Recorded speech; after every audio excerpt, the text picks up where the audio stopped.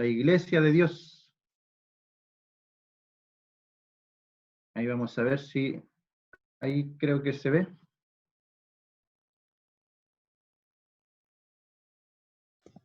Sí, hermano, ahí se ve Sí, bien, sí.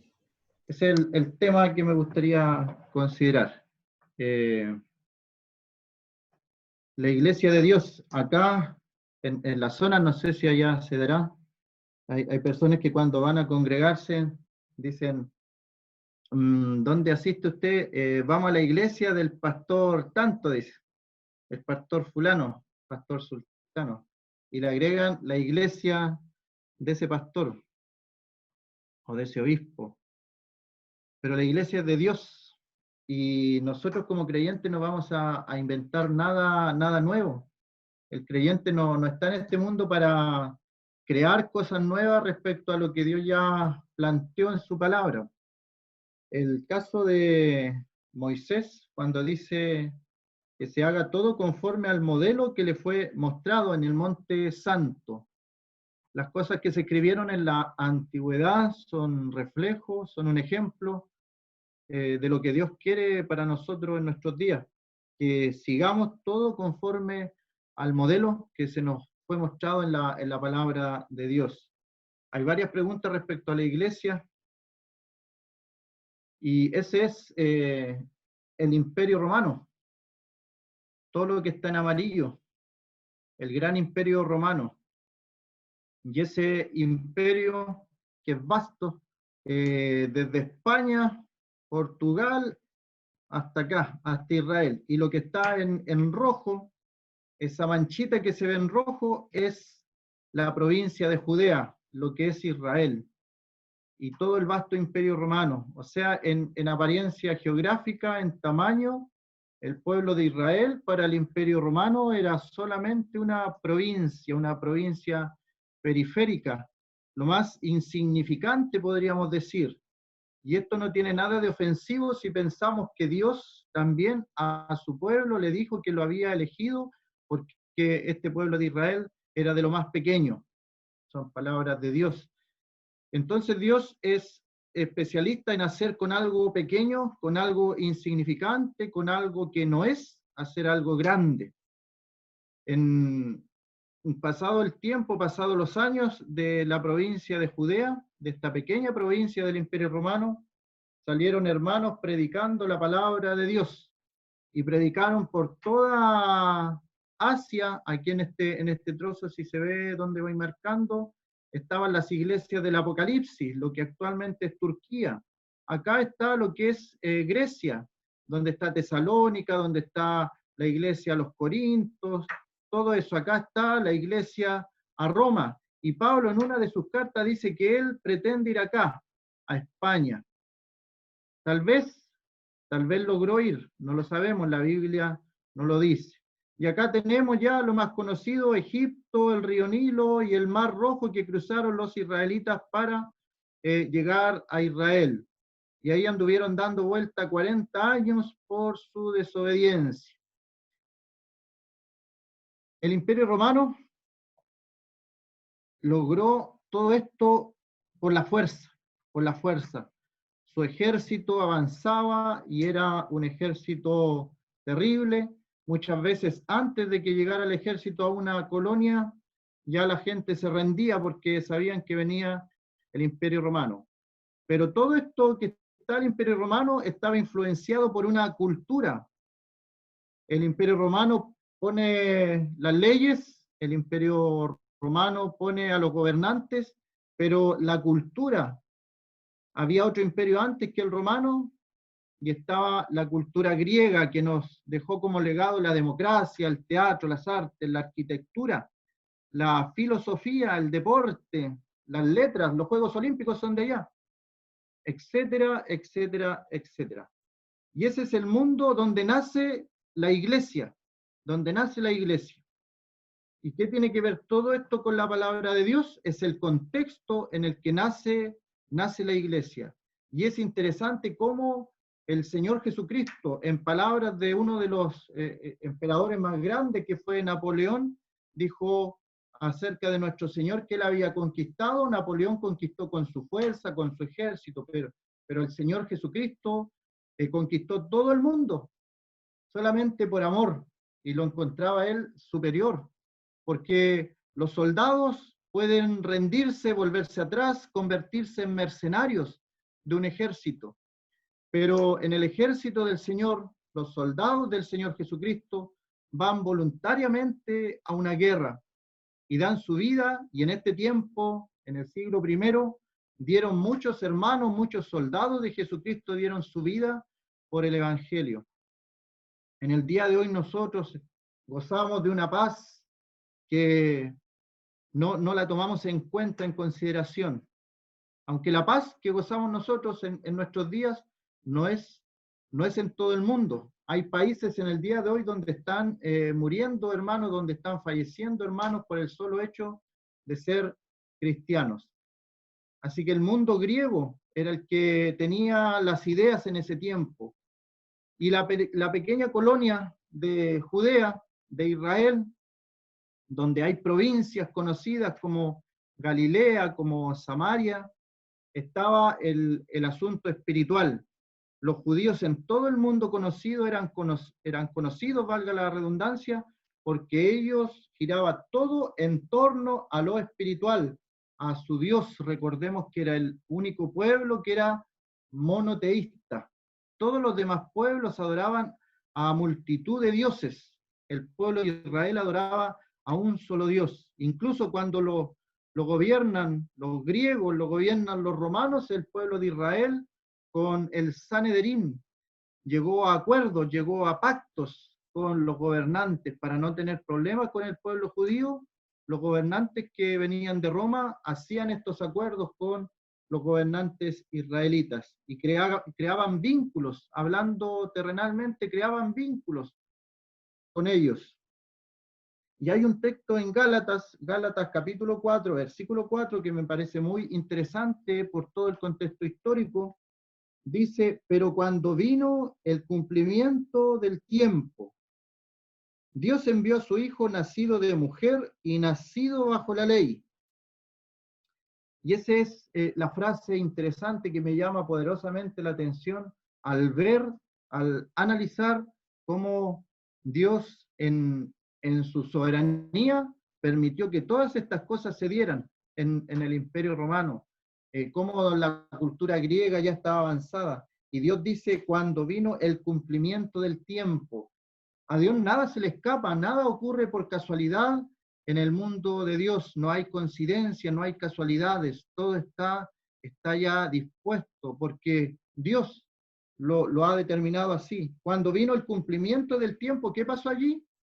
Cuando vino ese cumplimiento del tiempo, Dios envió a su Hijo, nacido de mujer y nacido bajo la ley, en Israel, la pequeña aldea de Belén, en una pequeña provincia apartada del Imperio Romano. No nació en Roma, no nació en Roma. Hubiera podido nacer en Roma, gobernar el mundo terrenalmente, pero era una tentación como la que le dijo Satanás. Si postrado lo adoraba, le daría todos los reinos de este mundo. Y en ese tiempo el reino más grande era el Imperio Romano. La palabra iglesia nace entonces en ese contexto. Y ahí pareciera que hay un predicador y hay oyentes, pero esa es una escena de lo que era en Grecia, lo que se conocía una asamblea. Una asamblea, eso era una asamblea. De ahí también viene lo que es la política de los griegos. Y esa era una asamblea, o sea, la gente entendía cuando se hablaba de la iglesia de Dios, la iglesia del Señor Jesucristo, la cual Él ganó por su sangre, la gente entendía a qué se estaba refiriendo. La palabra eclesia se transliteró a nuestro idioma español como iglesia.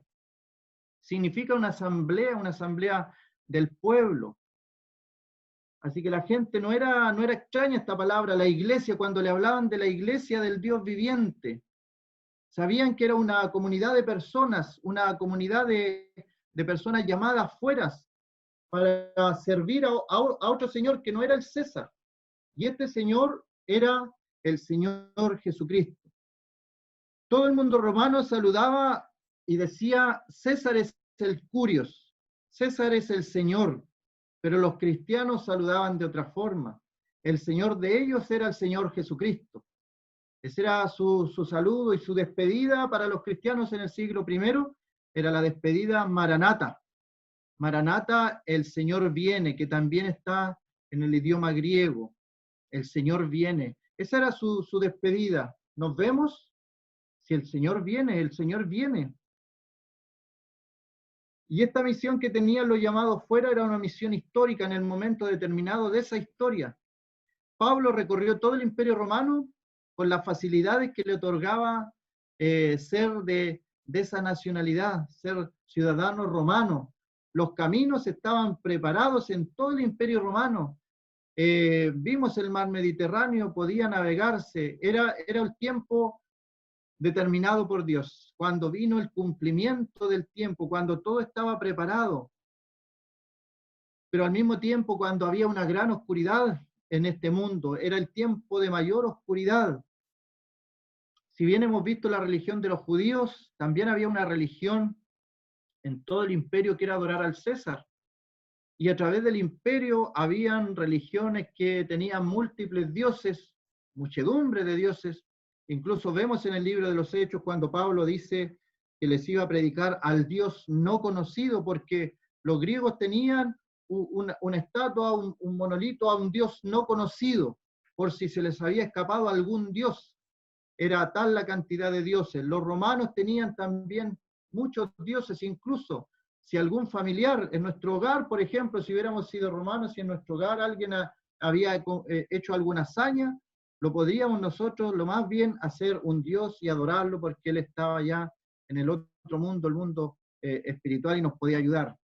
Y ahí llega la iglesia del Señor Jesucristo diciendo que hay un solo Dios y un solo mediador entre Dios y los hombres. Y esto, por eso al mundo griego le asombró, querían saber más algunos. Cuando Pablo llegaba a algún lugar de todo este imperio romano, siempre habían judíos, siempre había una sinagoga, y era el primer lugar que Pablo se dirigía para hablar del Señor, para hablar de esta misión que tenían ahora los creyentes, los salvados por el Señor Jesucristo.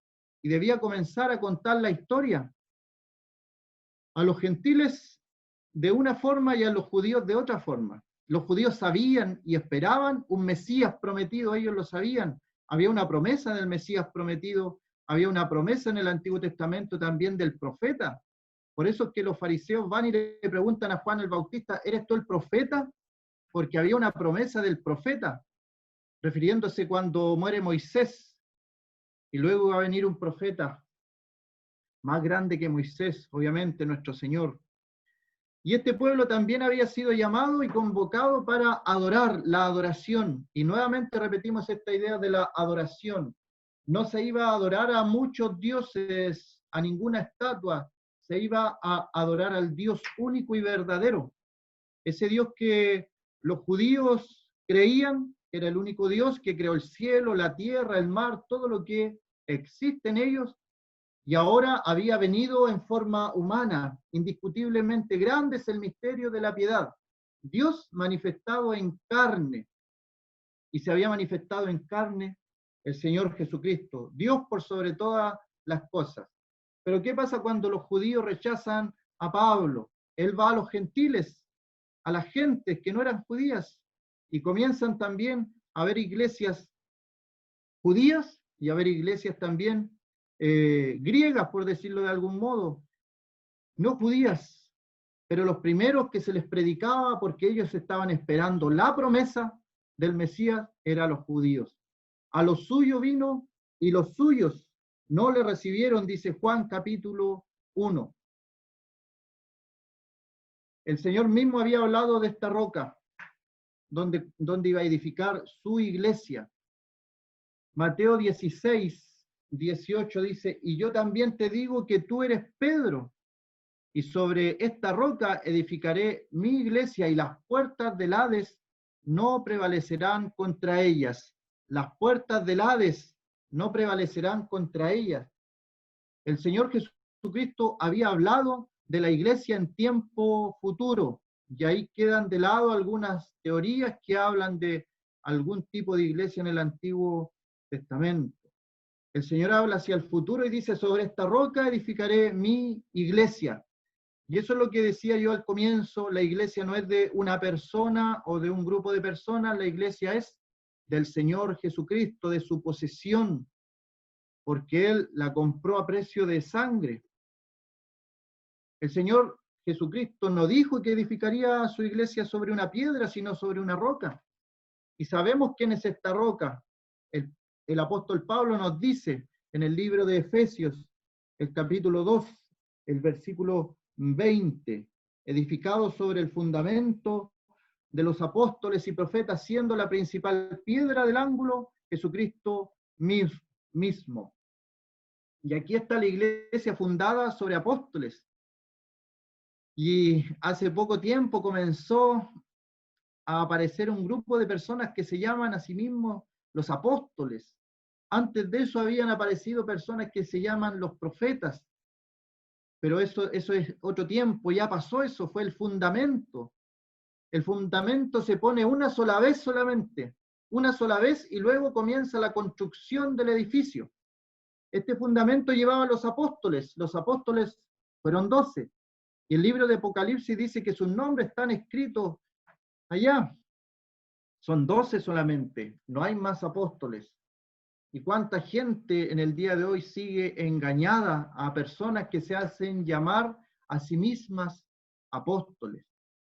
También la otra palabra, profetas, y ahí el libro de Efesios dice sobre los apóstoles y profetas.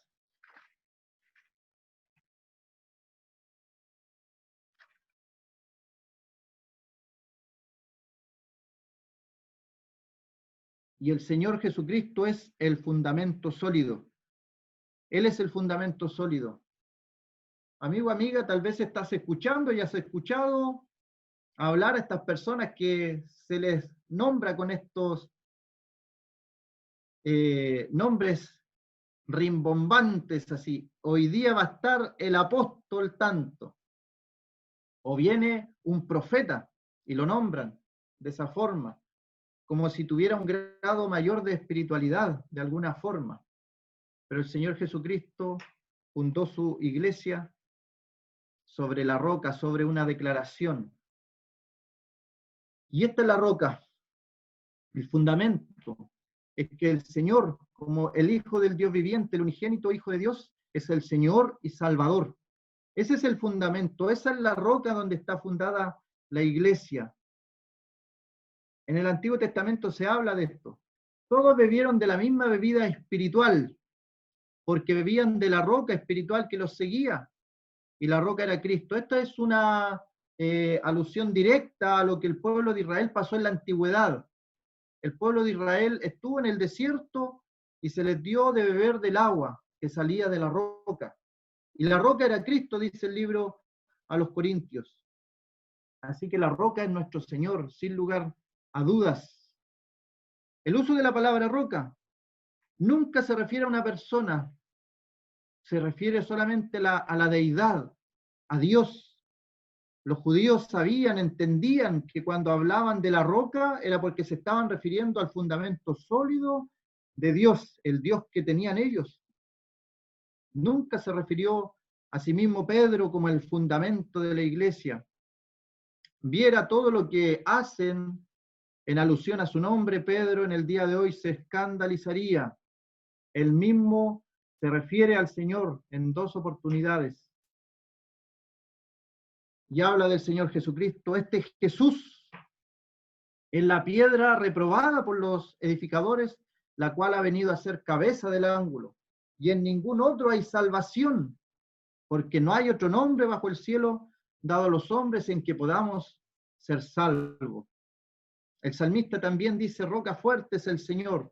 La roca, el fundamento sólido es una persona. Es una persona, el Señor Jesucristo. Él es la roca, Él es el fundamento.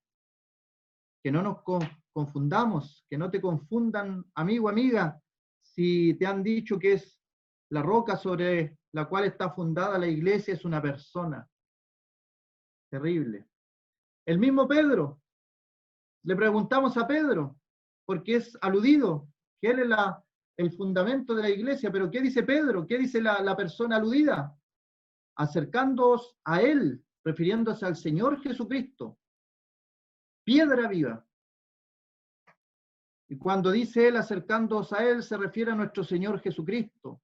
Él es el fundamento, la roca sólida, desechada ciertamente por los hombres, mas para Dios escogida, preciosa. Vosotros también como piedras vivas sed edificados como casa espiritual y sacerdocio santo para ofrecer sacrificios espirituales aceptables a Dios por medio de Jesucristo, por lo cual también contiene la escritura: yo pongo en Sión la principal piedra del ángulo, escogida, preciosa, el que creyere en él no será avergonzado. Y termina diciendo: para vosotros, pues, los que creéis, nos incluye a nosotros en el día de hoy. Él es precioso. Pero para los que no creen, la piedra que los edificadores desecharon ha venido a ser la cabeza del ángulo, piedra de tropiezo y roca que hace caer. Para los que no creen, si para nosotros el Señor como piedra viva, Él es precioso, lo hemos leído, los hombres lo desecharon, pero para nosotros los que creemos Él es precioso.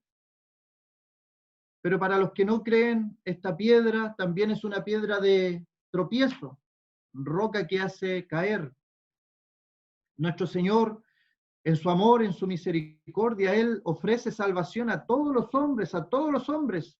No hay ninguna persona en este mundo que pudiera decir: ¿sabe qué? El Señor a mí no me ama, el Señor a mí no me quiere, porque el Señor quiere a todos los hombres, quiere que todos vengan al conocimiento de la verdad, quiere que todos los hombres se arrepientan, por cuanto ha escogido un día, dice, en que Él jugará.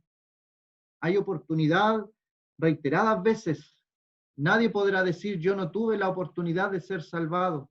Se predica el evangelio, se entrega tratados, hay radios cristianas, hay programas evangelistas, pero las personas rechazan voluntariamente. ¿Qué podría hacer Dios a ese respecto si la persona no quiere ser salvada? Para los que no creen, ha venido a ser una piedra de tropiezo y una roca que hace caer. Pero para los que creemos, para la iglesia, para los creyentes, ¿cómo es el Señor? El Señor es precioso, es precioso. ¿Podemos entender esto? Si creemos que el Señor es precioso, entonces, teniendo este concepto, tenemos que buscar la preciosidad a profundidad, ver cada ángulo, cada faceta de nuestro Señor. Hay un libro que está escrito por un hermano que habla los hábitos de Jesús, por ejemplo. Sabemos nosotros todos los hábitos de nuestro Señor. Seguimos su ejemplo cuando dice: ha dejado ejemplo para que sigáis sus pisadas. Podría ser otra pregunta respecto a Pedro también cuando dice: creced en el conocimiento y en la gracia de nuestro Señor Jesucristo. Podemos preguntarnos varias cosas allí. ¿Estamos creciendo en el conocimiento y la gracia del Señor Jesucristo? ¿Estamos creciendo en saber más cosas de Él cada día? ¿Sé más cosas de Jesús hoy día de las que sabía el año pasado, el mes pasado, la semana pasada? He ido profundizando en el conocimiento de Él, en sus enseñanzas, en cada palabra que Él decía, porque cada palabra lleva vida en el día de hoy también. Él es nuestra roca fuerte, nuestro pronto auxilio en las tribulaciones. Si Él está como una piedra sólida, firme, tenemos que edificar también nuestra casa sobre la roca. La parábola la pueden entender también los niños cuando el Señor la enseña. Lo compararé a un hombre sabio que edificó su casa sobre la roca, y la roca es nuestro Señor Jesucristo. Los sabios edifican la casa en la roca fuerte, en el fundamento sólido, que es inamovible, que vienen los vientos, viene la lluvia, vienen las olas y la casa permanece sólida y firme sobre la roca. Ese es el creyente. Pero la parábola también compara a los necios. Y el necio hace su casa sobre la arena, que viene la lluvia, los vientos, y la casa no permanece, la casa se va. ¿Cuándo empezó el periodo de la iglesia? ¿Cuándo comenzó la iglesia? Como veíamos, no comenzó en el Antiguo Testamento, como dicen algunos. Comenzó en el día de Pentecostés. El Señor es un Dios de promesas. Él hace promesas y cumple sus promesas. No hay ninguna promesa que el Señor Jesucristo haya hecho y no haya cumplido. Él cumple su palabra, a diferencia de nosotros. El Señor es perfecto. Él promete algo y lo cumple. Prometió el Espíritu Santo. Juan 14, el Evangelio de Juan, capítulo 14. Él está con sus discípulos antes de partir de este mundo al Padre.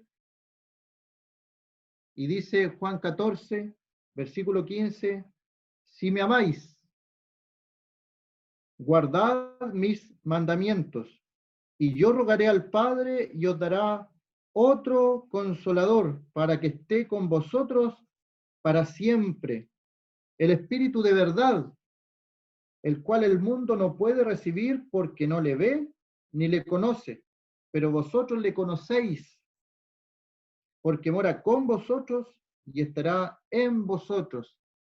Aquí hay varios misterios revelados en la palabra de Dios acerca, por ejemplo, de la Santísima Trinidad en este capítulo, cuando habla que el que me ha visto a mí, ha visto al Padre. Ahí hay una comunicación entre el Hijo y el Padre. El Hijo y el Padre son uno. Y acá tenemos también dos personas de la Santísima Trinidad, el Espíritu y el Hijo.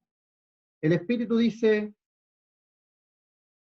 mora con vosotros en el versículo 17, porque Él mora con vosotros y estará en vosotros. Pero ¿quién moraba con los discípulos en aquel momento? ¿No era acaso el Señor Jesucristo que estaba con ellos, que había estado con ellos y que ahora iba a subir, iba a partir al Padre? Y luego nos hace la revelación, el misterio. En el Antiguo Testamento esto no ocurría, esto no pasaba en el Antiguo Testamento. Por eso es que venía la fuerza, por ejemplo, a Sansón. Cuando venía el Espíritu sobre él, él podía hacer muchas cosas con la fuerza de Dios. Y luego el Espíritu se alejaba. El rey David también dice, no quites de mí tu Santo Espíritu. Está en otra época de la historia. Ocurría otra cosa con el Espíritu Santo. El Espíritu Santo venía sobre los profetas, luego se iba y luego volvía. Pero el Señor Jesucristo cambia todo eso y en el día de Pentecostés el Espíritu Santo viene con la promesa del Señor que dice, estará en vosotros, dentro de nosotros el Espíritu Santo. Y lo reafirma Pablo en el libro de Efesios, el Espíritu Santo como un sello. Así que la promesa del Espíritu Santo se cumplió en el libro de los Hechos, el capítulo 2. Y ahí comienza ya, la iglesia estaba reunido un grupo de gente, un grupo de personas que había sido llamadas por el Señor para una tarea. Dice el libro de los Hechos, el capítulo 2, versículo 1. Cuando llegó el día de Pentecostés, esta era una fiesta judía, estaban todos unánimes juntos, ya estaban reunidos. Personas que habían seguido al Señor Jesucristo, que habían estado con Él, que creían en Él, y obedientes a lo que el Señor les había dicho, estaban juntos. Y fíjese la palabra que utiliza también, estaban unánimes y juntos. ¿Y por qué es importante esta palabra, estas dos palabras que utiliza? Porque a veces podemos estar en un grupo de personas juntos, pero no estar unánimes. Y el Señor nos invita a estar unánimes. ¿Y qué significa la palabra unánimes? Podemos separarla en dos. Es un ánimo, un ánimo. tener un mismo ánimo. Otra palabra que podría usarse, y Pablo la usa también, en un mismo sentir, estar en un mismo sentir, en una misma dirección. En un chileno coloquial diríamos remando todos hacia el mismo lado, que vamos todos en una dirección. Y qué importante eso en una iglesia, que todos los miembros de la iglesia, además de estar juntos, estemos unánimes, en un mismo ánimo, en un mismo sentir, que a todos el Espíritu nos esté guiando hacia una misma dirección. Estaban todos unánimes, juntos. Y de repente, vino del cielo un estruendo como de un viento recio que soplaba, el cual llenó toda la casa donde estaban sentados. ¿Había algún edificio? ¿Había una construcción con una campanita? ¿Había un edificio con un letrero afuera que dijera que estaba la iglesia? En los primeros tiempos se entendía bien el concepto de la iglesia, de una asamblea, porque no habían edificios que se identificaran como una iglesia, como en el día de hoy sucede. La gente mira un edificio y dice, yo voy a esa iglesia. O si les habla de iglesia, ellos piensan de inmediato en un edificio, en un letrero, en campanas, pero en el comienzo la gente entendía el concepto de iglesia, que eran las personas que se reunían, eso era la iglesia. ¿Y la iglesia, dónde estaba reunida la iglesia? Aquí dice que estaban juntos, estaban unánimes, con un mismo sentir, con un mismo ánimo, y ahí es cuando viene el Señor.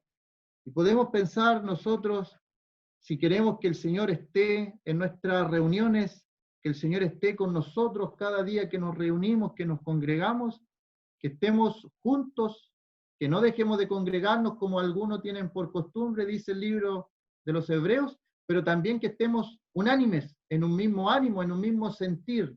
Y ahí vamos a ver cómo la iglesia va a avanzar. Dice,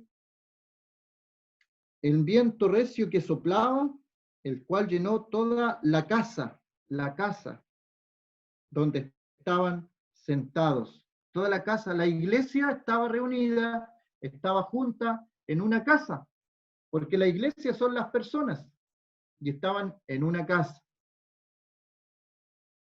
Las personas son la iglesia, no es el edificio en sí. Pablo también escribe cuando se despide de algunos hermanos y dice, a la iglesia que está en su casa, refiriéndose a Priscila y Aquila, a la iglesia que está en su casa. ¿Se fija? Y fueron todos llenos del Espíritu Santo y comenzaron a hablar en otras lenguas según el Espíritu les daba que hablasen. Versículo 3, se les aparecieron lenguas repartidas como de fuego, asentándose sobre cada uno de ellos. Aquí la palabra lengua se hubiera podido o se puede traducir como idioma, y se evitaría tantos conflictos, tantas cosas que ve uno de repente, gente hablando en jerigoncia y decir que es palabra de Dios. Incluso así, incluso de esa forma, el apóstol Pablo decía a los corintios que si las personas no entendían lo que se estaba hablando, que mejor guardara silencio, Comenzaron a hablar en otros idiomas según el Espíritu les daba que hablasen. ¿Y cuáles eran estos idiomas? Porque lo dice la Escritura en el versículo 8.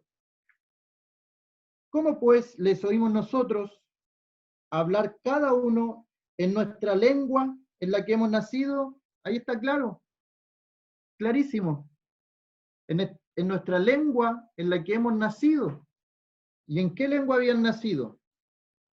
Partos, medos, elamitas y los que habitamos en Mesopotamia, en Judea, Capadocia, el Ponto, en Asia, en Frigia, Panfilia, en Egipto, en las regiones de África, más allá de Cirene, y romanos aquí residentes, tanto judíos como prosélitos, cretenses, árabes, les oímos hablar en nuestras lenguas, las maravillas de Dios. El Espíritu Santo provocó que estas personas hablaran en idiomas que nunca habían estudiado. ¿Cuántas personas se inscriben a cursos de idiomas, pasan un año y tratan de hablar otro idioma y les cuesta y están tratando, aprendiéndose vocabularios, aprendiéndose las conjugaciones y les cuesta y después para hablar, ya cuando piensan que están preparados, van al país y no le entienden lo que hablan? Pero esto es algo sobrenatural, es algo totalmente de Dios, del Espíritu Santo. Personas de distintas partes, en el mapa que vimos al comienzo, de distintas partes del Imperio Romano, estaban allí escuchando las maravillas de Dios en su propia lengua, en su propio idioma. Y fue todo obra del Espíritu Santo que descendió. Podemos pensar también en que el creyente es bautizado 2 veces, porque fuimos bautizados en el Espíritu Santo en este día, en el día de Pentecostés. Es algo que ocurrió una vez y para siempre. Hay personas que preguntan, que dicen en el día de hoy, ¿usted ha sido bautizado en el Espíritu Santo? Claro que sí. El día de Pentecostés, cada creyente fue bautizado en el Espíritu Santo. En ese día ocurrió una vez y para siempre.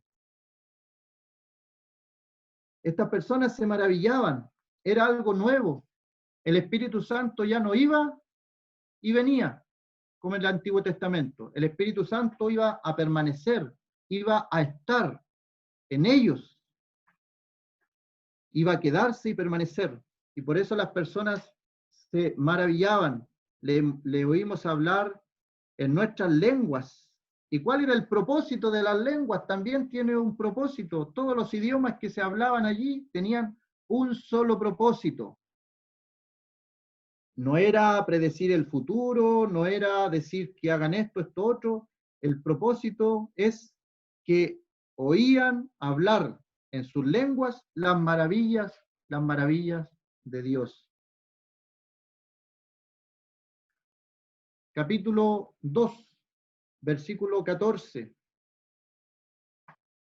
Entonces Pedro, poniéndose en pie con los 11, alzó la voz y les habló diciendo: varones judíos y todos los que habitáis en Jerusalén, esto sea notorio, y oíd mis palabras. Y comienza a dar un discurso Pedro, y comienza a predicar y a hablar, que no se asombre por lo que está pasando, porque estaba dicho todo eso desde la antigüedad. Era una promesa de Dios, y Dios la cumplió en los días de la iglesia, de Pedro, y de ahí en adelante la iglesia ha ido creciendo, y el Espíritu Santo ha estado con cada creyente. ¿Cuándo se va a ir el Espíritu Santo? ¿Cuándo va a terminar su función? Lo sabemos, es el día del arrebatamiento de la iglesia. Hechos 2, versículo 36. Sepa pues ciertísimamente toda la casa de Israel que a este Jesús, a quien vosotros crucificasteis, Dios le ha hecho Señor y Cristo. Al oír esto se compungieron de corazón y dijeron a Pedro y a los otros apóstoles: varones hermanos, ¿qué haremos? Pedro les dijo: arrepentíos y bautícese cada uno de vosotros en el nombre de Jesucristo para perdón de los pecados, y recibiréis el don del Espíritu Santo. Las personas estaban escuchando y sabiendo esto nuevo que estaba pasando. Eran personas que habían rechazado al Señor. Tal vez habían estado en el grupo que había gritado: crucifícale, crucifícale.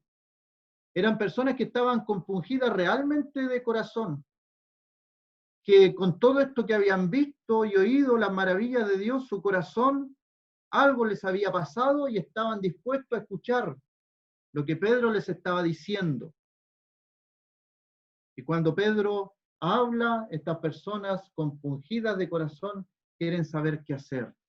Y Pedro está utilizando las llaves que el Señor dijo. Así que estas personas son las primeras que comienzan con lo que es la iglesia del Señor, compungidas, ¿qué haremos? Y comienzan a bautizarse. Y hasta el día de hoy la iglesia tiene los mismos mandamientos. No son 7 sacramentos como dicen algunos. La Biblia nos da y nos habla de 2 solamente. El bautismo cuando una persona es cristiana, cuando es creyente, y luego el partimiento del pan. Son 2 mandamientos solamente. Y son mandamientos no para salvación, son mandamientos porque la persona ha sido salvada por la sangre del Señor. ¿Cuándo terminará este periodo de la iglesia? Si comenzó en el día de Pentecostés, si las personas se convirtieron, si comenzó este grupo de personas con la misión de hacer discípulos a todas las naciones. Y pensemos en estas personas que estaban aquí también, que nombramos muchas naciones, cretenses, árabes, Capadocia, Frigia, Panfilia, Egipto, el Ponto, Asia, muchas naciones. Cada una de esas personas que escuchó el Evangelio, que compungida de corazón, se arrepintió de corazón, se bautizó, formó parte de la iglesia, muchos de ellos tuvieron que irse, cada uno a su nación. Y por eso también vemos que en otras partes se convirtieron personas sin que haya pasado por la predicación, por ejemplo, de Pablo. Pablo no predicó en la iglesia de Roma y ya la iglesia de Roma estaba ya. Y hasta el día de hoy la iglesia va creciendo. No sabemos el alcance que puede tener una predicación nuestra a oídos de una persona. Cuando termina el periodo de esta iglesia del Señor que Él salvó y rescató por su sangre, es en arrebatamiento. Tesalonicenses 4, pasaje muy conocido, dice, porque el Señor mismo con voz de mando, con voz de arcángel, con trompeta de Dios descenderá del cielo. Los muertos en Cristo resucitarán primero, luego nosotros, los que vivimos, los que hayamos quedado, seremos arrebatados juntamente con ellos en las nubes para recibir al Señor en el aire, y así estaremos siempre con el Señor. Por tanto, alentados los unos a los otros con estas palabras. Hermano, hermana, el Señor Jesucristo viene por su iglesia. ¿Sabe que es interesante que en este último tiempo esta doctrina del arrebatamiento de la iglesia ha sido atacada? Ha sido menospreciada incluso por algunos que dicen que son creyentes, pero piensan que esto no existe. Pero aquí está en la palabra, está en la escritura. El Señor lo dijo. Vimos nosotros que las promesas del Señor se cumplen. Sus promesas se cumplen. Se prometió un Mesías en la antigüedad y el Mesías vino. El Señor Jesucristo, cuando anduvo en este mundo, dijo que Él iba a ser crucificado y fue crucificado. Y se los dijo a sus discípulos, que subían a Jerusalén y el Hijo del Hombre iba a ser entregado y los sacerdotes, los escribas lo iban a crucificar. Pero también dijo, más al tercer día resucitaré de los muertos. Y lo cumplió, todo lo cumplió el Señor. ¿Por qué podríamos pensar que esta promesa no la va a cumplir si cumplió todas las otras promesas anteriores? Si cumplió la promesa del Espíritu Santo también a su pueblo, a los suyos, a los llamados fuera. Así que eso es lo que espera el creyente, y termina el versículo 18 diciendo, por tanto, alentaos los unos a los otros con estas palabras. Son palabras de aliento. ¿Estamos desanimados? Lamentablemente he escuchado hermanos que con todo lo que pasa a su alrededor, a veces igual se comprende, pero con todo el sufrimiento que están pasando, dicen, ojalá que el Señor venga pronto. Pero en el fondo están pensando que al venir el Señor pronto se acaba su sufrimiento, se acaba todo.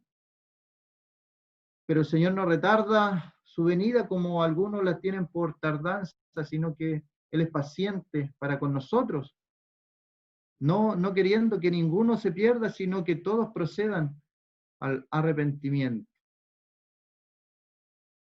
Vamos a dejar hasta ahí la enseñanza de la palabra.